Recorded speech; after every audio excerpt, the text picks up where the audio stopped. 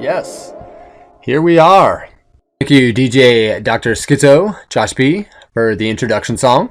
This is Doug Brown and Method Airwaves, my podcast.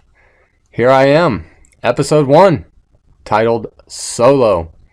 Why is it called Solo? Because my first guest is myself. Why myself?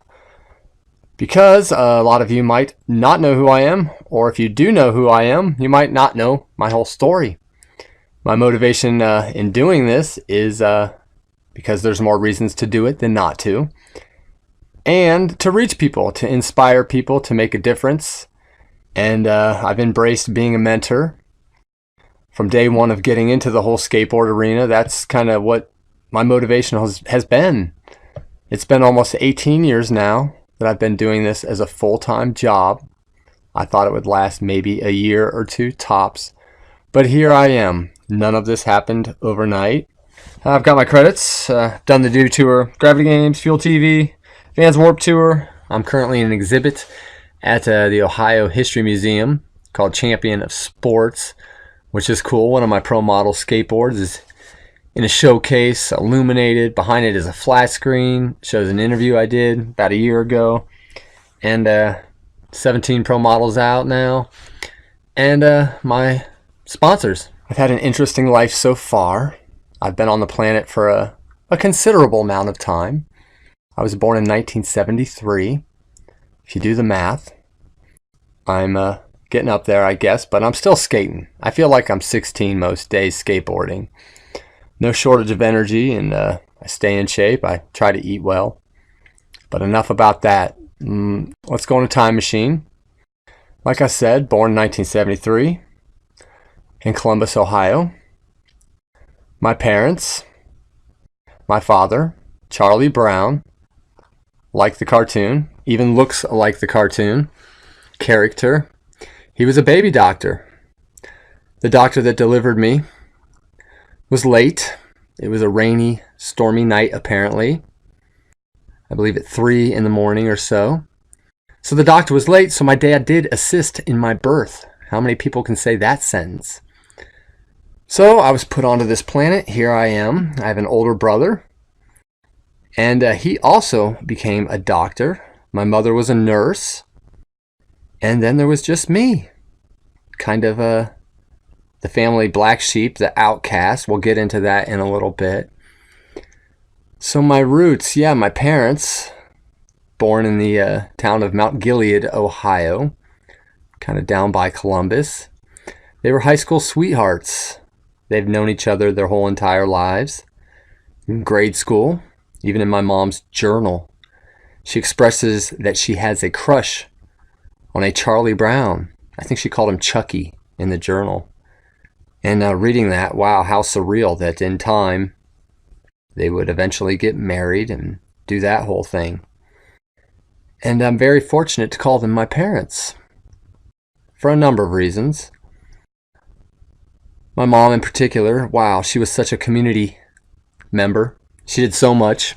She'd won a lot of awards. 1983, she was a Citizen of the Year in Worcester, Ohio. And she was an award-winning real estate agent. And then there was my father, who delivered the whole entire county, a few counties around. So he was really popular. And even to this day, people come up to him and give him stories of they remember him delivering their child or whatever. He was a gynecologist, a successful one. And he taught me a lot. He taught me, to be compassionate, to have empathy and sympathy for people. He wasn't just a doctor. He would always remember everybody's name. when someone would come and visit for something, he would say, "Hey, how's Timmy doing? Is he going to college or whatever?" He always was more than a doctor. He would connect with the people, and that registered to me for sure. And then my mom, of course, wow, being a nurse turned realtor, wearing so many hats in the community. I can't tell you how many awards she won and how many boards that she was on. And she was a musician, which was huge. She played the piano really well. She was a singer. Or my father, he was more of a connoisseur of music, classical music, opera, stuff like that. That's what I grew up hearing. Thank goodness, looking back, in junior high and high school, I'd make fun of it, you know. He would come down the driveway and be blasting Mozart or something. And then there was me. I was into, you know, Guns N' Roses, AC/DC, Metallica, stuff like that. So I really didn't speak the classical language yet. But he always reassured me that listening to or watching a movie like Star Wars, he would ask, "Hey, do you like the music?" And of course, I'd say, "Well, yeah, it's awesome." He'd go, "Well, guess what? That's classical music. You're hearing melodies, movements." So my parents, and then my brother, older brother, we fought all the time. Who doesn't with their siblings? But I think we probably fought a little more than most. My brother, there's a topic. We're not that close, but we fought an awful lot. My childhood was spent in Worcester, Ohio. I was engulfed into the arts, very much so.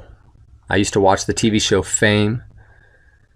If you're over 30, you'll remember the TV show Fame. Originally, it was a movie in the late 70s. Maybe it been early 80s, I don't know. But I watched that TV show every Thursday night at 9 o'clock, I believe on NBC. And there was a character on there named Danny.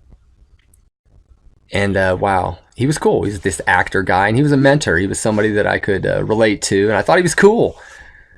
So I really got into that. I wasn't afraid to be on a stage or under the spotlight. So I would enter a lot of talent competitions and talent shows, lots of talent shows. I would do ventriloquism, magic, music, and that really developed who I became. Around the age of 9, I went to an audition for Tom Sawyer in Akron Children's Theater. It was a prestigious theater that had come into Akron, and they put this play on. And I auditioned. Why did I audition? Well, thankfully my supportive mother, saw me in the basement. I was singing and performing all the time. I made my own little rock band called Poetic Justice, which I took from an Arnold Schwarzenegger movie. And I would produce my own albums on cassette. I would multi-track. Now you have laptops, smartphones, that you can press a couple buttons and have beats. But back then, I just had a few different tape recorders that I would bounce and multi-track. My drums were cardboard boxes, little Casio keyboards. I would sing and write down the lyrics. I'd have full, complete albums of original songs. And with those albums, what would I do? I would take them on tour. So one day I would be in Chicago performing at blah, blah, blah arena or whatever. And the next day it would be maybe in Japan. And I would make up an arena. I would do these concerts in my basement. The carpet strands were people to me. And outside, the grass blades. That was my audience. So I was shining. I was performing. And my mom caught wind of this and said, "Hey, look, you got to put your dreams into action. You can't be forever in the basement hiding behind amplifiers." And she was right. So I go to this audition, nervous as can be.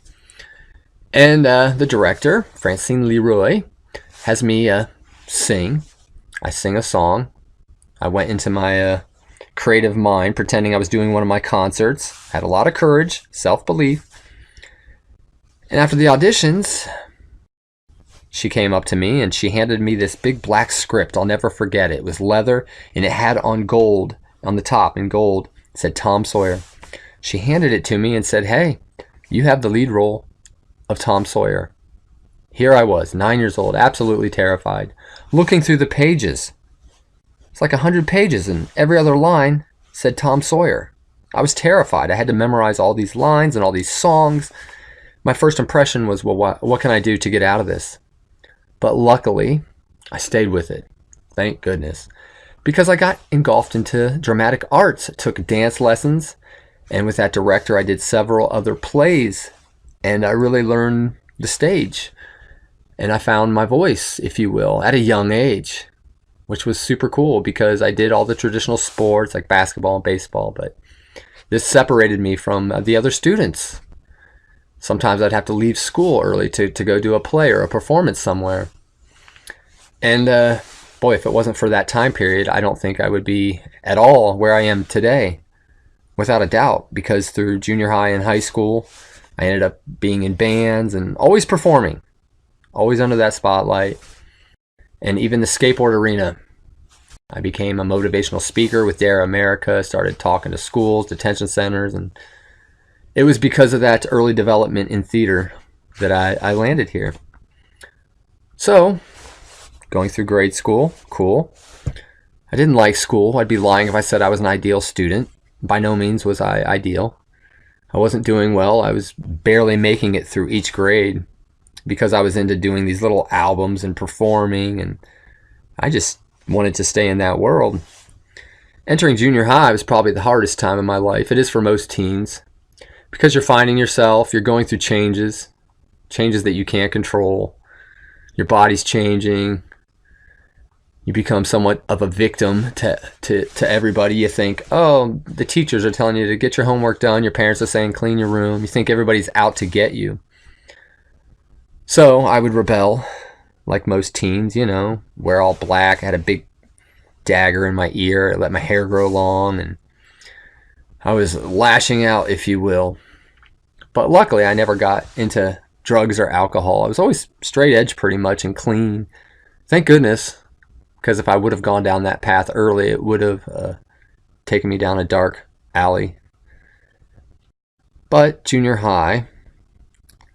early junior high, I saw the movie Back to the Future, 1986 or so, and I wasn't skateboarding up until then. I had a banana board, one of those 70s boards that people had in their garage that you would get at garage sales or whatever. But I saw the movie Back to the Future. Now you can get a skateboard anywhere, but back then it wasn't like that. After I sing Back to the Future, I saw Marty McFly going down Doc's driveway, and I identified with that. Like I said earlier, I was doing basketball, baseball, traditional sports, but it was that skateboard that I identified with. There was something different about it. It looked creative. There were no rules, and it looked cool stylistically. So I had to get myself a real skateboard.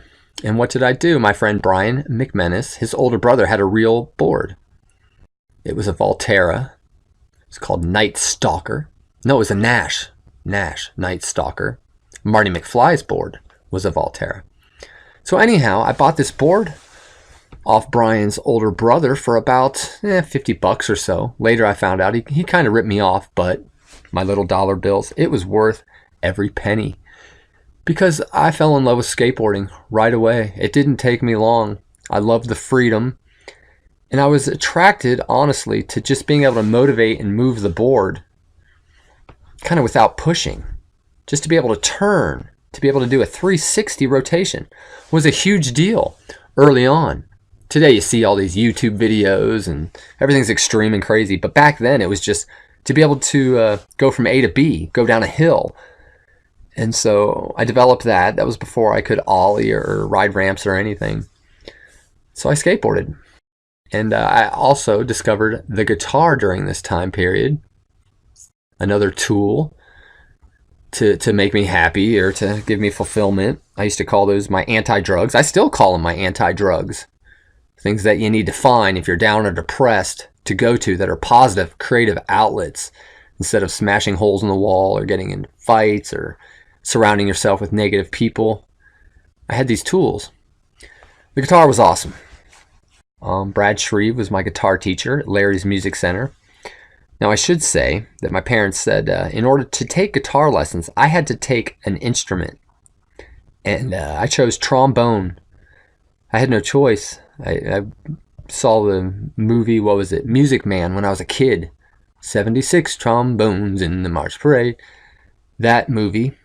So I took a few trombone lessons and quit that pretty fast because I wasn't into the junior high band at all. No, I was really rebelling at this time. But boy, did I keep those guitar lessons going. Now, Brad Shreve was a very important mentor in my life. I look back at him in that time period a lot when I'm mentoring kids and what he had done for me. He was awesome. Instead of having traditional guitar lessons during store hours, he would meet me after hours. 8 o'clock, the store would close. My dad would drop me off, and I would go to these guitar lessons. Lights were dim, and man, we would plug into those amplifiers, and lessons were supposed to be a half hour, but they always went well over an hour. And he taught me a real raw way of learning the guitar. I used tablature, which was just a numeric system, and it was kind of a show and tell deal. And he would say, what do you want to learn? What are you into? And of course, at that time, I had a real eclectic music style. I was really into everything from U2, NXS, Duran Duran, Metallica, AC/DC, Guns N' Roses, Appetite for Destruction. That album changed my life. And I'd learned every song from beginning, middle to end. The whole entire album. I could play it, press play, and tune with them and rock and roll. So the guitar was important. Brad was important. So I should talk about old school skateboarding. I mean, for the skateboarders out there, what was I doing? I started in 1986 or so. But with skateboarding, during that time, Pal Peralta was huge. GNS was big. Vision was big. I was kind of into the Pal Peralta scene. I was into the whole Bones Brigade. And 8th Street happened. A bunch of other companies. The scene was awesome. Without a doubt. The 80s to me are the golden era of skateboarding for just so many reasons. Stylistically, there was no rules. Fashion was all over the place. There didn't seem to be so many cliques like there is today. You would go to another skate park and see a skateboarder, and it would be a brotherhood. You'd instantly be like, hey, what's up? You're part of this tribe. We're friends. Right away. It wasn't like, I want to play you in the game of skate. Who's better than who? Are you going to get sponsored? Do you want to go pro? We never had those conversations. It never, ever crossed my mind to get a paycheck from a sponsor or to do this for a living. Not at all. We would compete, which was cool. It was healthy competition. But again, it was always a brotherhood, friendship, stuff like that. Not that that doesn't exist today, because of course it does. I love skateboarding, skateboarders, skateboard culture. But in the 80s, what did I do? I got my first pro model was a Sims, a Kevin Staub, the Pirate. Wow, that was an awesome board. It was extremely colorful, and man, it spoke to me.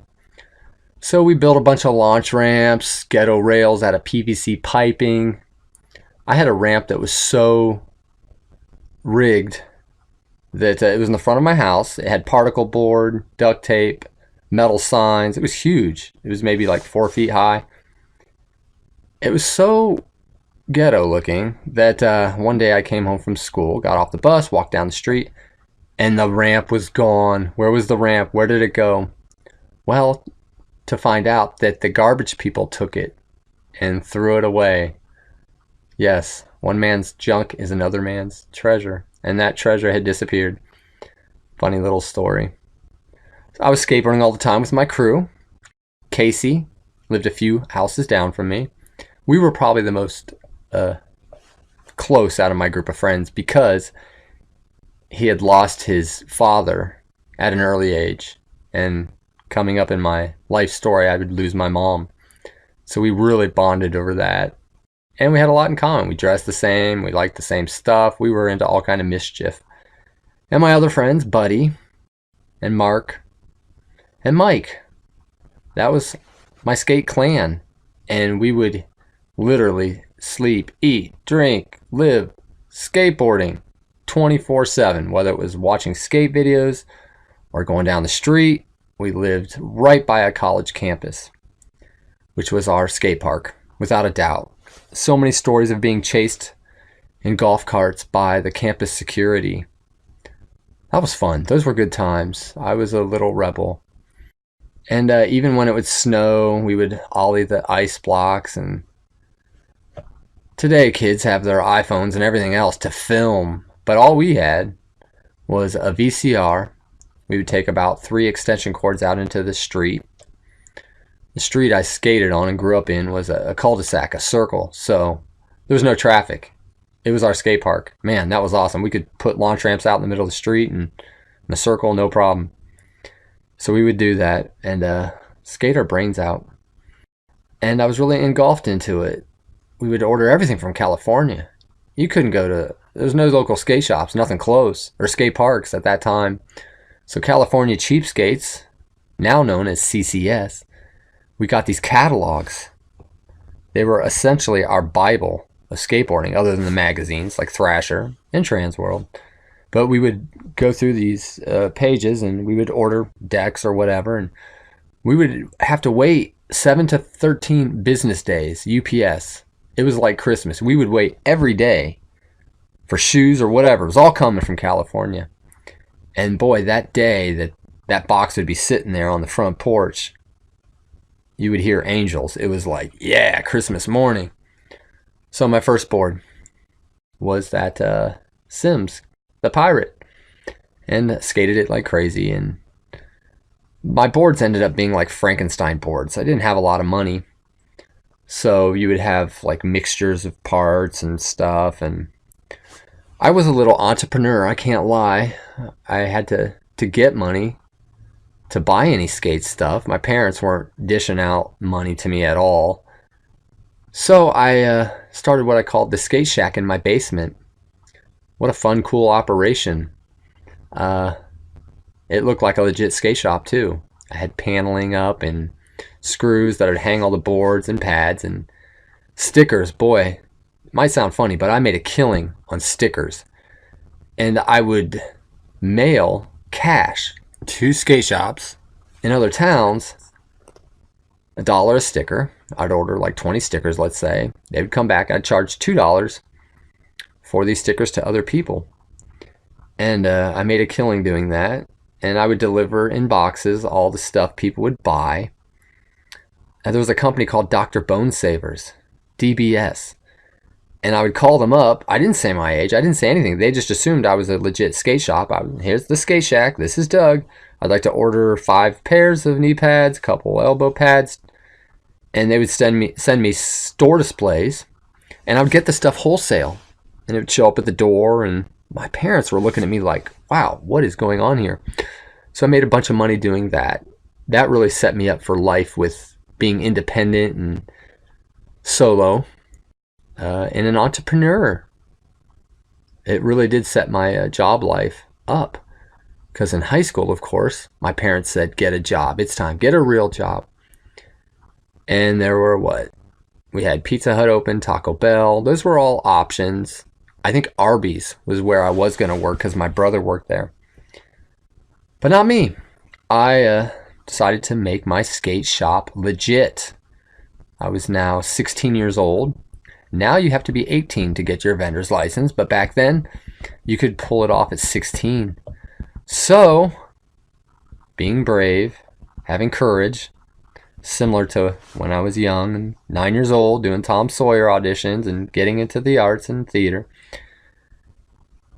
my dad and I contacted the local Chamber of Commerce. And they showed up at my door. I had to go through this interview process. If you can picture these guys dressed like presidents in suit and ties interviewing me at the kitchen table, me with my Vision Streetwear shirt and the bangs, the Tony Hawk bangs, the claw that would cover my eyes. They're interviewing me about doing this shop. And I said, yeah, it's like a garage sale, but I'm going to pay taxes and I'm going to do this. And they believed in me. They took a risk.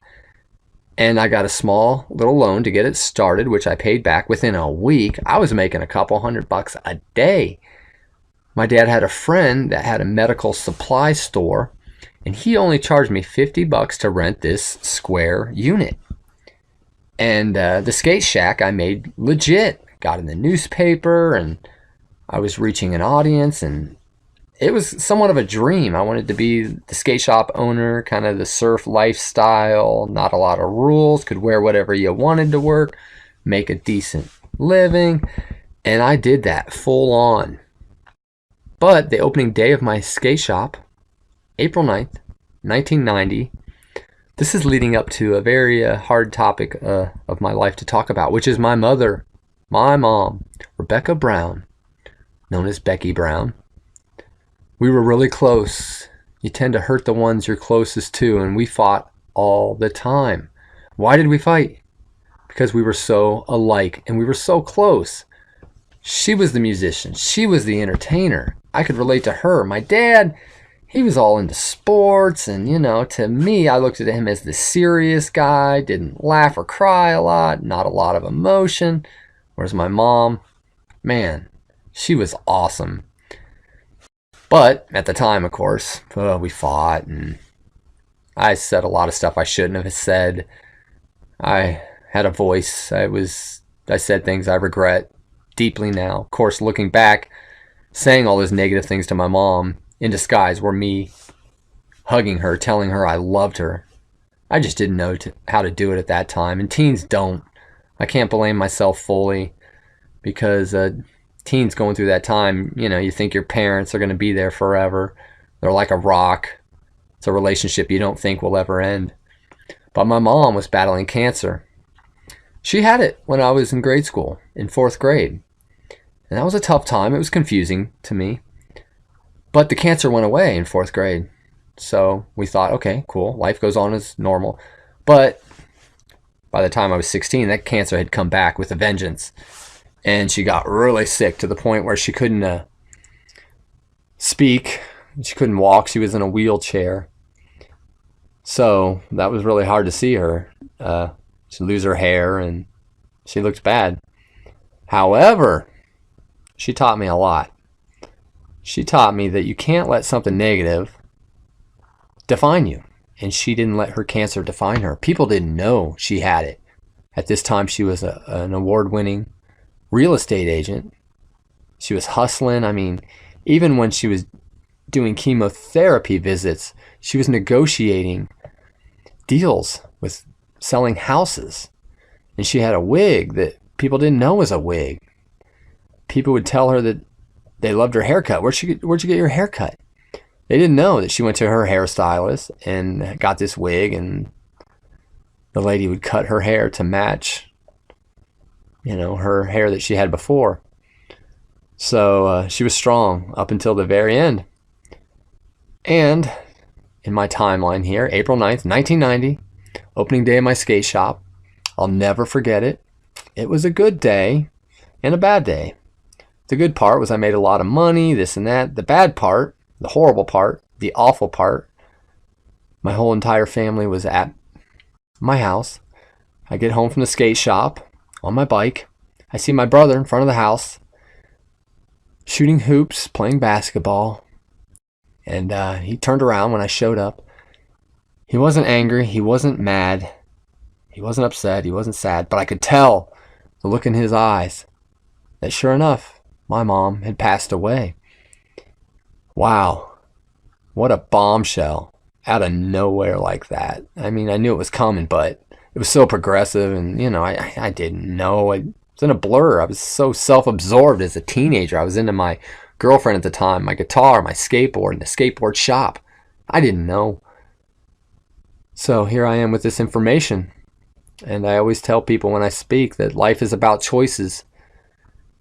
I was at a fork in the road. I could go down this negative path, which would have been easy. Drugs, alcohol, surround myself with negative people, not care about school or my grades. Or I could clean myself up, start thinking about my future, go down that positive path. And sure enough, that's what I did. I went down the positive path for a number of reasons. At the time, mainly to honor my mother's memory. She didn't want me to end up being junk. She didn't want me to go down a path of no purpose or meaning in life. So I got my grades up. Thank goodness. All the way up to A's and B's. Got my hair cut. My music style still stayed the same, but I was really into the Beatles. What a great discovery, the Beatles. My songwriting had greatly improved. I learned how to, multi-track better. By this time, I got a 4-track recorder, and I was recording my albums, and all those tools and anti-drugs that I talked about earlier were really, really in high gear, because that's what I dove into.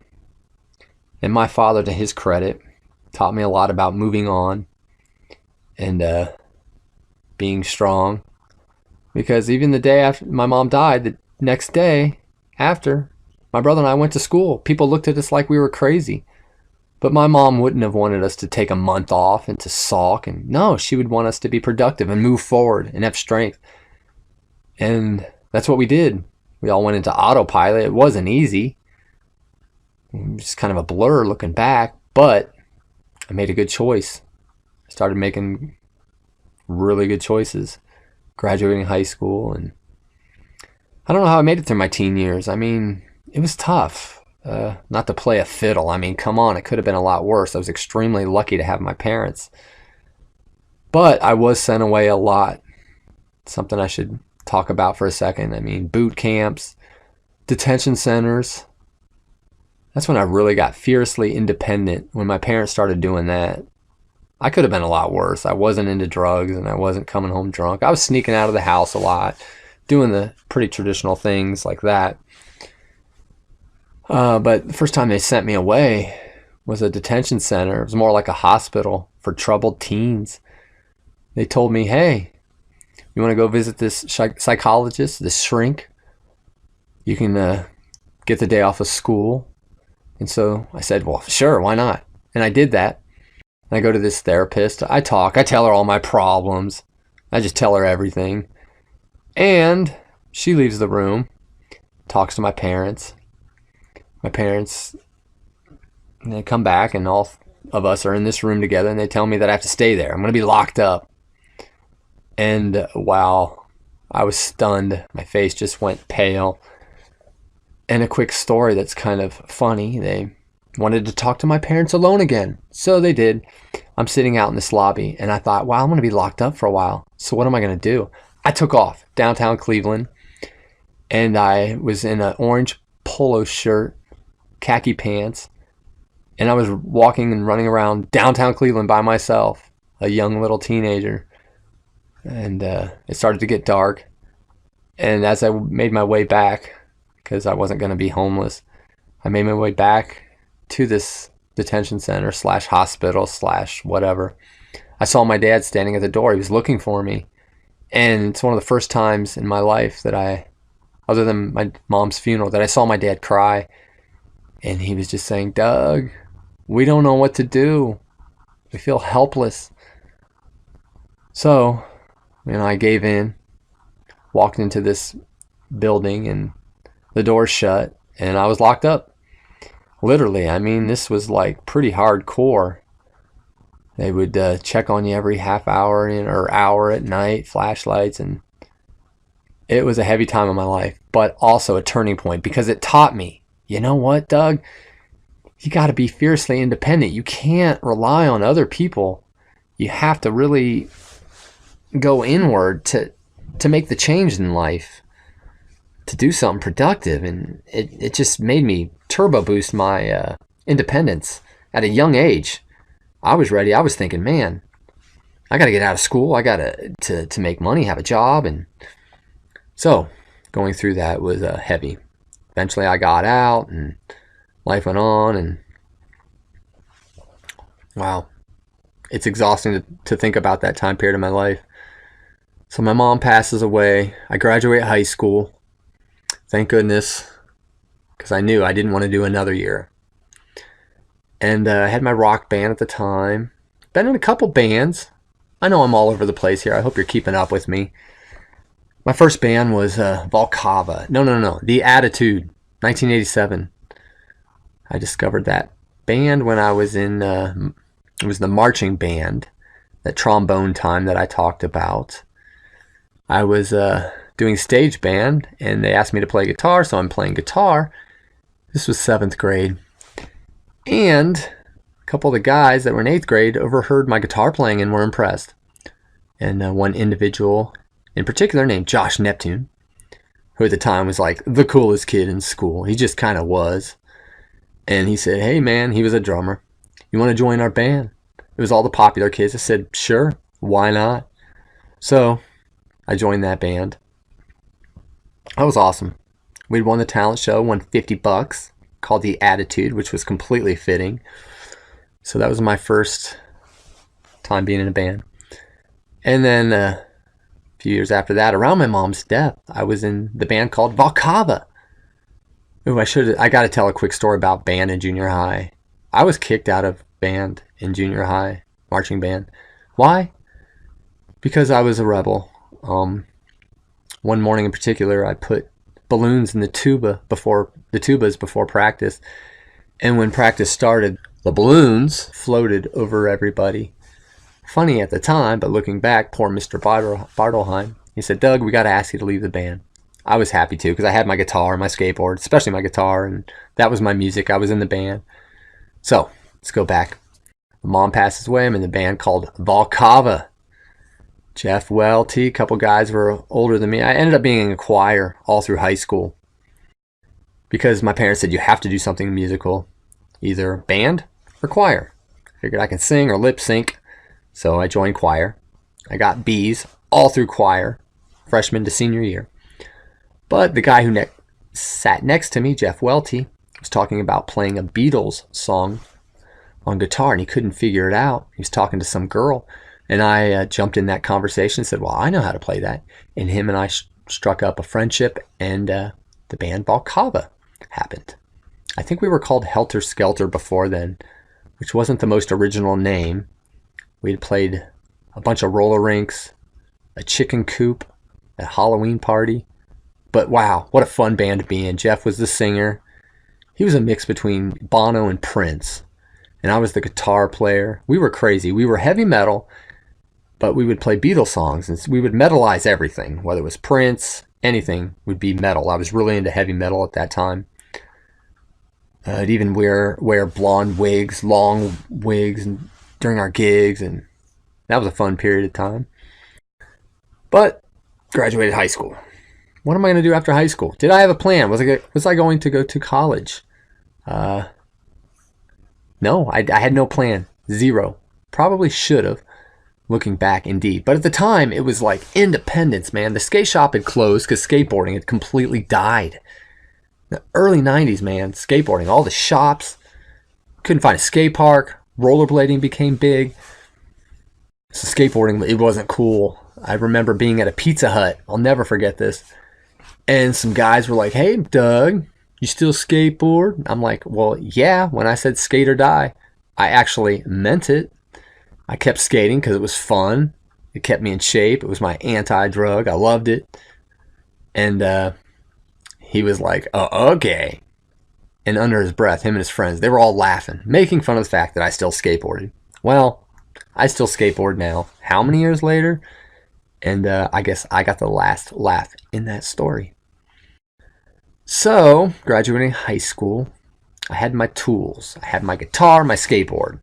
Skateboarding was dead. Did I ever think of doing skateboarding for a living? Absolutely not. Zero. Wasn't on the table. But I had my guitar. And I really, really liked being in a band. The band broke up. So what am I going to do with this guitar? I had visions of being in a big band, like a band that was going to make it big, tour, the whole works. So I went to that local music shop that I got guitar lessons at with Brad. And I approached them, Larry's Music Center. I think it was Larry's Music Note at the time. And I go to Larry himself and said, hey, you guys need a guitar teacher. Thinking he would say no. But I had self-belief and courage, of course. Elements that have followed me through my entire life. And he said yes. I couldn't believe it. So with that, slightly terrified, but at the same time excited, because this was a full-time gig. Teaching guitar at a music studio, sign me up. I didn't know what I was doing. I knew I had some chops. I was pretty good at guitar, but could I teach it? Was I a teacher? So I started teaching guitar, and it really took off. It's It's what I became. I ended up doing that job for 10 years. And what an education on people. All walks of life, all ethnicities, all ages, men, women, Amish people, you name it. People with learning disabilities, troubled teens. People would come to me and women would tell me their problems in their marriage. I felt like I was a counselor, Dr. Phil or something. That was the reward in that job, not just teaching guitar and being a mentor and inspiring people and helping them out, but connecting with others, making a difference. After a lesson, I would walk to the car, the parents, talk to the parents, and much like my dad taught me with his patience and how to connect with them, and I did the same thing with my guitar. So, yeah, dad, brother, doctors, mom, nurse. You know, the apple doesn't always fall so far from the tree. I might have been the family outcast, the black sheep, if you will, but at the same time, I wasn't, because I was doing something productive and meaningful, even just teaching guitar. Doing that for 10 years. What a cool job. And I kept skateboarding. And skateboarding started to increase in popularity. And during that time, I was competing a lot, which was awesome. Not to toot my own horn, but I was winning a lot of competitions because I never quit. So the people I was competing against just kind of jumped on the board, might have been doing it for a year or so, but I had all these tricks that I could nail, boom, boom, boom, during a competition. So I won a lot of competitions. That was good on the self-esteem, kept me skateboarding, and it was fun. And I should say, with this money from teaching guitar, I saved it all. I was smart that way. When I had my skate shop in junior high, I saved every penny. So graduating high school, I had a filled bank account. In teaching guitar, I was making good money. That's how I bought my first home. You know, that was a dream come true. That was, to me, the American dream. Doing what you love, reaching other people, doing something meaningful, and having your rock, having your place on the earth that you called yours. And I achieved that at a really young age. So I bought this house, and I was living a normal life. It was cool. And during that time, not only was I competing, but I was really into my music. I was still recording and writing, and that increased. I was getting CDs made. Now, again, you can do that on a laptop or a PC or whatever. At the time, it wasn't so easy. I mean, I remember having to pay somebody $5 a CD to make one. So if you got so many CDs, it got expensive. Getting the covers made, shrink wrapping. But I made my first album. This was 1998 or so. And it was called Emblem. And I had about 14 songs on it. And I produced that. I put that out, and I got it played at dance clubs, college radio. That's what I thought I was going to do. I thought I would be signing CDs. And instead, I ended up signing skateboards and helmets and potato chip bags and everything in between in the skateboard arena, which we're slowly getting to. And that was a good time period because I learned a lot about marketing and being out there. I got an agent. That was really cool. Getting an agent was cool because they could book me up gigs to play places, and I could make money. I was teaching guitar, and I was doing this whole music thing, and really developing myself.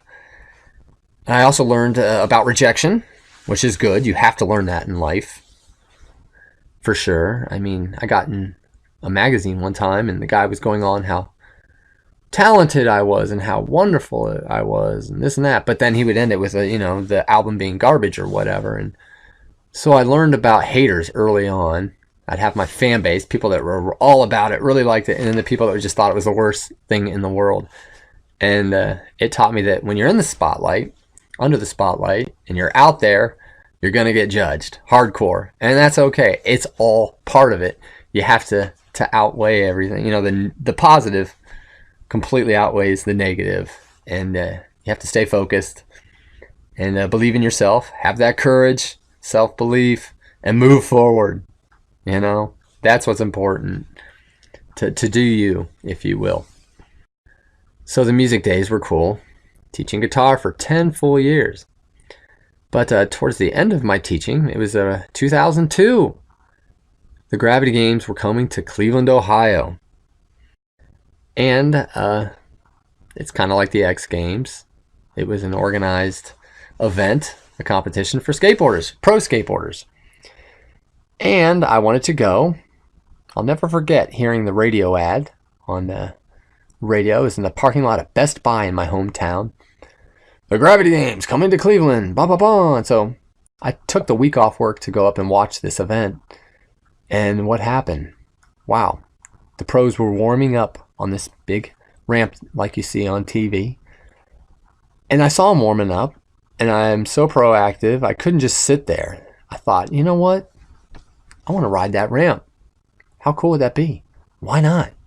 Well, I went back to the parking garage, got my helmet, got my skateboard, went up to the security lady and said, hey, I'm just here to ride. And she goes, okay, cool, I know who you are, which was impossible, but courage, self-belief, you know.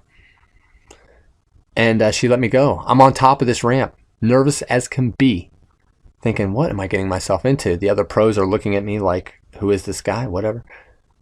I went onto that ramp to blend in, and I stuck out, which is a double-edged sword. I've learned that in life too. Sticking out got me where I am, without a doubt. I drop in on this ramp. They're just warming up, and I am landing every single trick because I knew if I fell or crashed that my credibility would be shot and people would be like, what? Get out of here. But I was landing everything. Photographer shifted over. I created a scene. I had an angel on my shoulder, I'm sure, at the time. Probably my mom, saying, do something productive with your life. Make a difference. Do something big. So I get off of this ramp after that run, and a couple kids wanted my autograph, and I thought, no, you don't want my autograph. I'm just a guitar teacher from Worcester, Ohio. Whatever, it was embarrassing.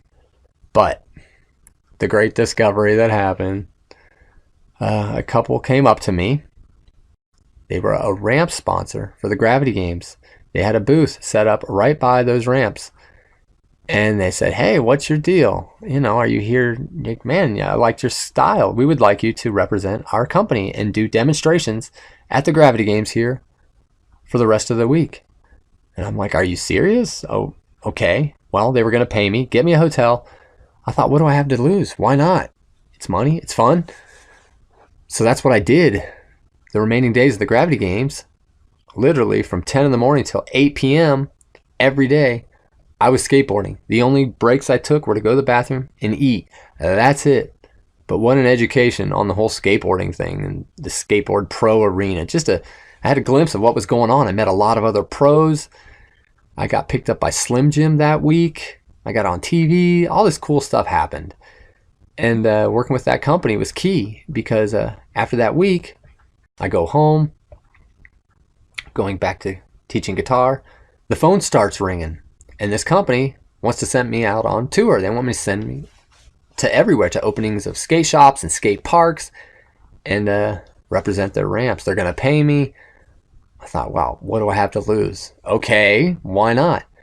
And the ramp company at the time was sponsoring Andy McDonald, who was big in vert at the time. He was doing doubles with Tony Hawk at the X Games. And so I got to work with him, and that was a really unique experience.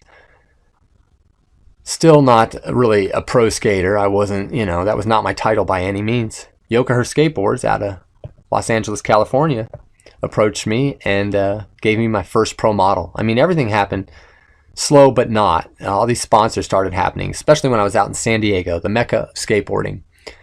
I went to a lot of industry events, the ASR trade show in particular, where I would do demonstrations, and I got a lot of other sponsors. And they were sponsors that were paying me salary. And I was getting paid monthly to ride my board. And that my first pro model with Yoka Her Skateboards was being shot out to skate parks across the world. So here I am. Is this my job? I mean, the paychecks from skateboarding were outweighing the guitar teaching. So I had to, and the travel, I had to throw the guitar job kind of away. And full-time skateboarding. I mean, I was bleeding for it. It was a strange period of my life because it was a gamble. Is this something I can do that would be stable? I thought it would last maybe a year or two. I had a handful of sponsors. I got on some really cool teams, Ninja Bearings with, Ryan Sheckler. I got on Sobe Beverages, Negative One Grip Tape, teammates with Mike Vallely. All these doors opened. And I was competing, I was skating, just doing every kind of event you can think of. Military bases, openings of skate shops, skate parks, still with that ramp company, just going everywhere. And it was a strange time because, again, are you a pro skater? Well, by this time I had my second pro model out in shops. And in my hometown, especially Cleveland in particular, the rumors were just wild. It was hard to keep up. I'm like, what? They heard this or that. Just so much miscommunication, and I stayed out of all that. I didn't swim in the hate, or I just essentially I ignored it because I was making a living. I knew what I was doing felt right. It was fun and positive. I was reaching a lot of people, particularly in the years 2004 through about 2007 or so. I call those years my rock star years. As funny as that sounds, that's how it felt for sure. I was jet setting on airplanes, hotel rooms, going to Vegas, going here, going there, doing all kinds of events. My sponsors were really supportive during this time. They were producing posters, which that was something new and unique to sign for people. And my board sponsor put me in Trans World magazine a couple times with full page ads. I got in Juice magazine, Thrasher magazine. I mean, how surreal. It was definitely cool. 2005 was a big year. It started off with me being on a deodorant stick. That's right, folks. You heard me right. X-Air deodorant. I got a sponsorship with them, which was kind of crazy. They put my face and likeness and signature on deodorant sticks and body wash bottles that were distributed nationally through Dollar Trees, Dollar Generals, and Walgreens. And I got a lot of backlash for that, I won't lie. However, I saved the paycheck, and I used that to fund what I called Skate Straight. It was a non-profit organization that I had started during this time period, which was awesome. That opened up a lot of doors for me and taught me a lot about sports, philanthropy, and things of that nature. So that paid off. But the biggest thing that happened in 2005 is I went on tour with the rock band The Newsboys. Talk about dreamy. That was awesome. To get paid, to travel, and wow, I was skating in front of about 17,000 people a night. I had my own half pipe that a crew of 5 guys would every night come out and build this thing, and I would skate it. And they had the big camera that would go by my head, and I was up on that big screen, and to experience that was pretty awesome. Kind of rock star-ish. It sure felt like it. But my skating's my skating. I never called myself a great skateboarder. I did the best I could. I still do the best I could. I mean, I don't care. I have fun. I like to create. I like to be original. That's important. But at the end of the day, it really is about reaching others. That skateboard has become my microphone to reach other people. Dare America approached me during that time period early in my career and said, hey, we want you to go out to schools and speak to the kids. And I thought, well, okay, I'll tell my life story. I'll preach a bit. And that's what I did. I wasn't afraid to be under the spotlight. I grew up in that arena. And during the music days, I was on stages, and so I would do that, and I would talk to kids, and I saw, the reaction, and the fan base grew, and I had a platform. And so what would I do with that platform? There's no shortage of great skateboarders out there. There are a dime a dozen. You go on YouTube, and everybody's just great, and which is cool. But for me, that wasn't enough. What are my talents? What are my skills? I'm skateboarding the best I can, but I can do more with this. And I embraced that, and I gave into it, and I became a public speaker. And that's before I even wrote my first book. Why did I write a book? Because I had a website. Why did I have a website? Well, during the music days, I had an agent. I told you that. The agent, when I first turned pro, I thought, well, wait a second. Let's not call record companies anymore. We got skate shops or skate companies. And so that's what we did, and that grew. Making a long story short, I had an agent at the beginning of my career, so I could book all these gigs and I was all over the place. I really did skate the whole United States, literally almost every single state and outside of the United States. And that taught me, again, a lot about people and skate culture, how different every state is. Let me tell you, especially outside of the country. People always ask, what's your favorite place to skate? Without a doubt, Canada. Why Canada? Well, there's just something about it. Everybody was nice, and the vibe there, every time I go there, skate parks, just a really good scene. And that's what I would do, all these events. So, staying on topic here, back to my first book. How did that happen? Well, I had an agent with my music days, and she persuaded me to make a website, because that's good, especially for the sponsors. Marketing, it is part of all this. And I was going through so many cool adventures and meeting so many people. On my website, I wanted to do kind of a blog thing. Before blogging was big, I would write my life story out and all the adventures that I was going on. I'd be at an airport, had a 3-hour layover or something. I would whip out literally a pen and paper and just write of everything I was up to. So I took all these writings, wrote my life story, and I put it on my website, thinking, hey, maybe I'll reach somebody. I don't know. I kind of did it for myself to remember everything I was going through. And the story started to get really long, and I had a woman come up to me in El Paso, Texas. I'll never forget this. An older woman. She didn't skate. And she came up to me, and she said that she read my life story on my website. And I thought, wow, really? You sat there at that screen and read this? And she told me how much it inspired her and reached her. She went on and on. And a light bulb in my head really went off, thinking, you know what? My audience isn't just skateboarders. This could open up some doors. Why not?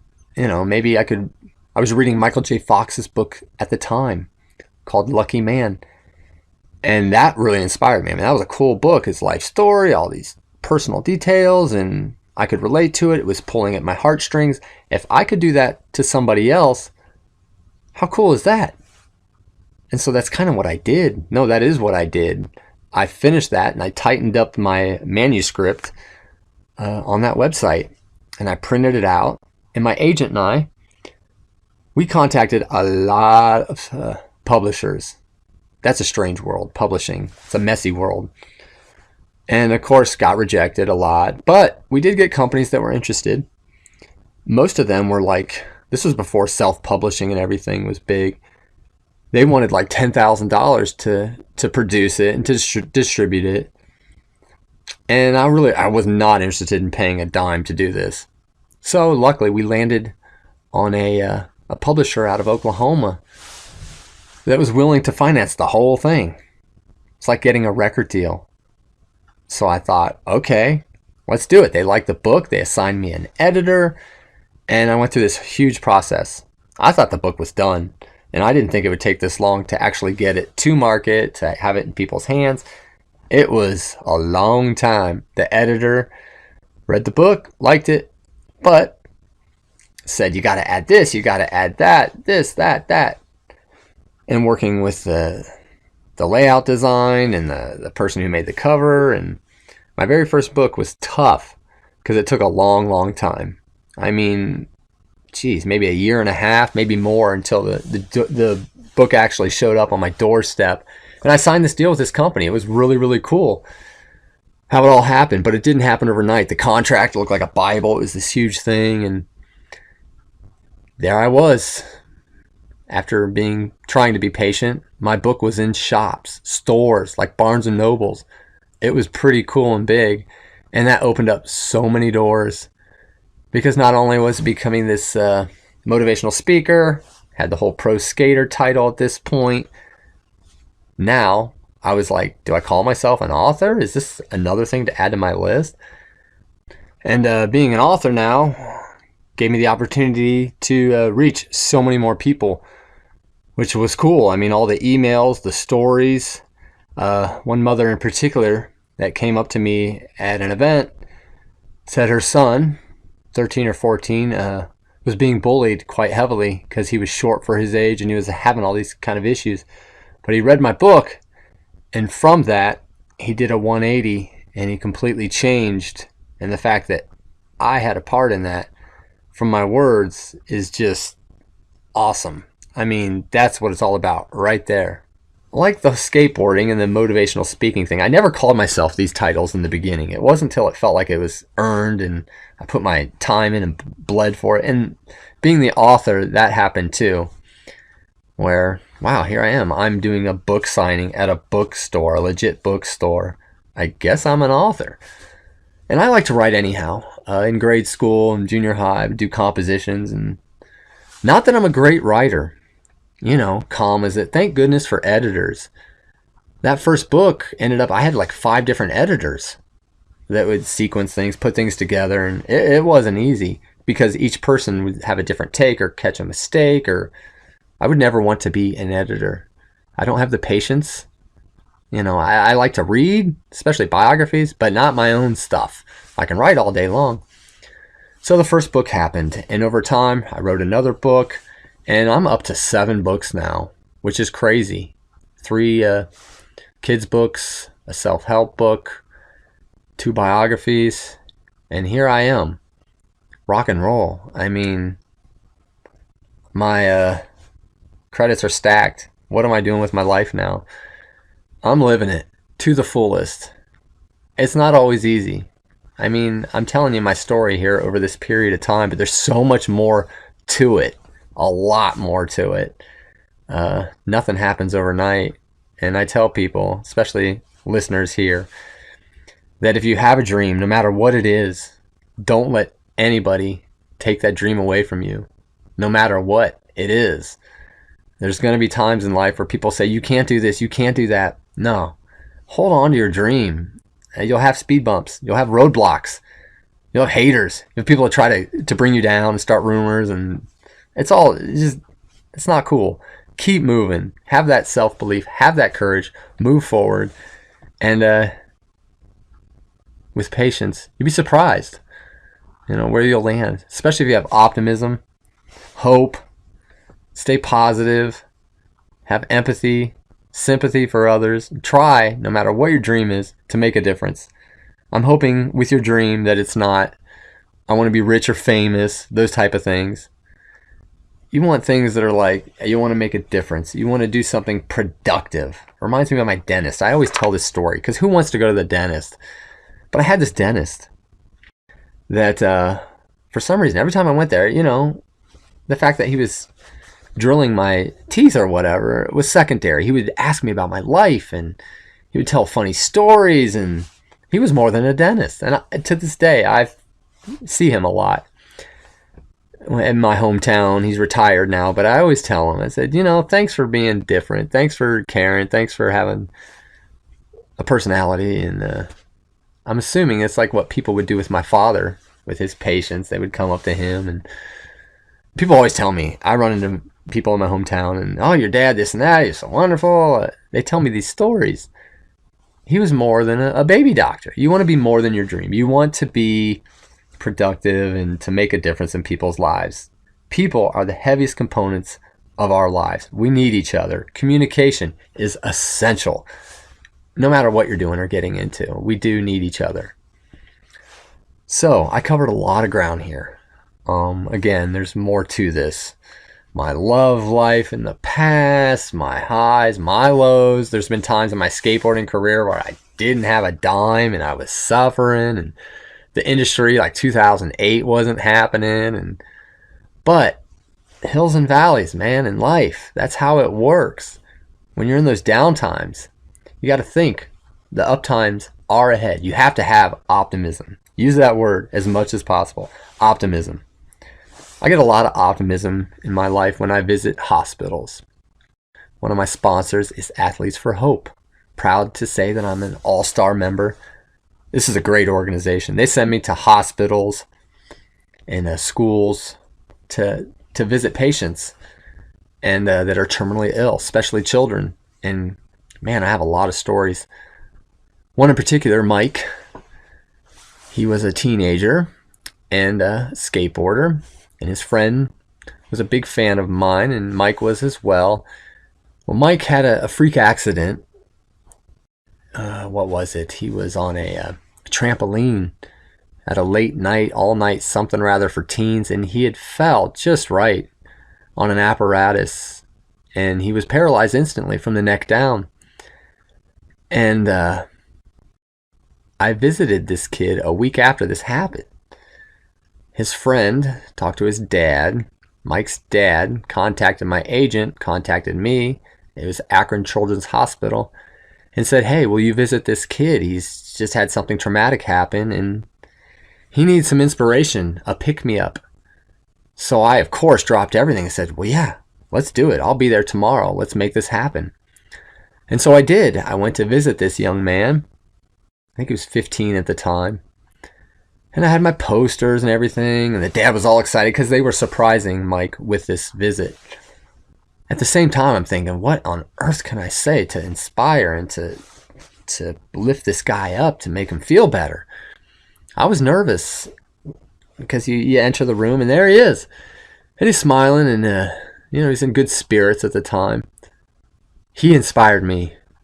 Usually I visit a hospital patient for half hour. I was there for well over an hour and a half. I mean, speaking with him and his dad. And they had so much hope and optimism. Their wheels were all moving forward. Well, what are we going to do? We can write a book. We can do this.